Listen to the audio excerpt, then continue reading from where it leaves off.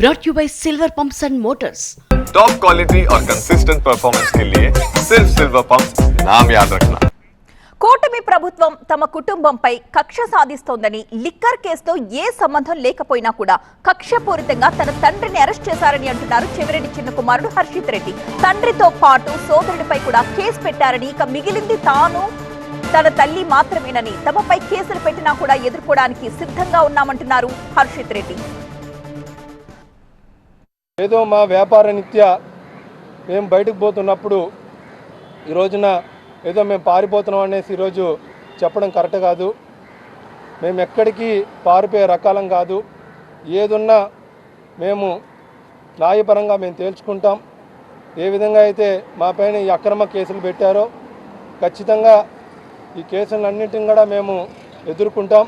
నాన్నగారిని అరెస్ట్ చేసినప్పుడు నాన్నగారు తన చేతుల మీద తనే రాశారు లెటరు, ఏ విధంగా తను ఈ అక్రమ అరెస్టు గురించి చేశారనేసి. నాన్నగారు తన చేతుల మీద రాసిన లెటర్ ఇది. ఏ విధంగా ఈ పోలీసులు కుట్రపూరితంగా చేశారో మొదటి నుంచి రాయడం జరిగింది.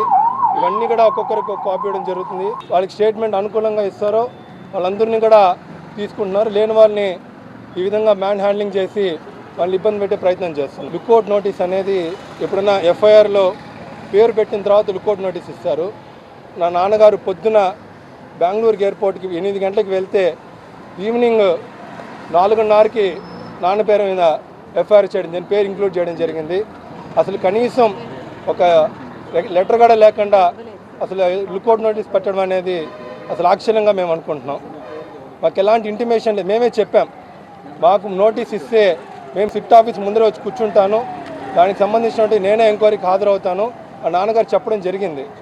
అప్పుడు కూడా ఏమీ స్పందించకుండా ఏదైతే మా వ్యాపార నిత్యం మేము పోయినప్పుడు బయటికి అదేదో మేము పారిపోతున్నాం అని చెప్పేసి చేయడం దుర్మార్గం. మీరు మా కుటుంబం పైన ఎంత కక్ష సాధింపు చేస్తున్నారంటే ఈరోజు మా అన్నం కూడా పెట్టడం జరిగింది. అన్నగా మేము సిద్ధంగా ఉన్నాం. నేను మా తల్లిగారు ఇప్పుడు ఇద్దరే పెండింగ్ ఉన్నాం. మేమిద్దరం కూడా సిద్ధంగా ఉన్నాం. మీ ఏ అక్రమ కేసు పెట్టినా దాన్ని పోరాటానికి మేము కూడా సిద్ధంగా ఉన్నాం.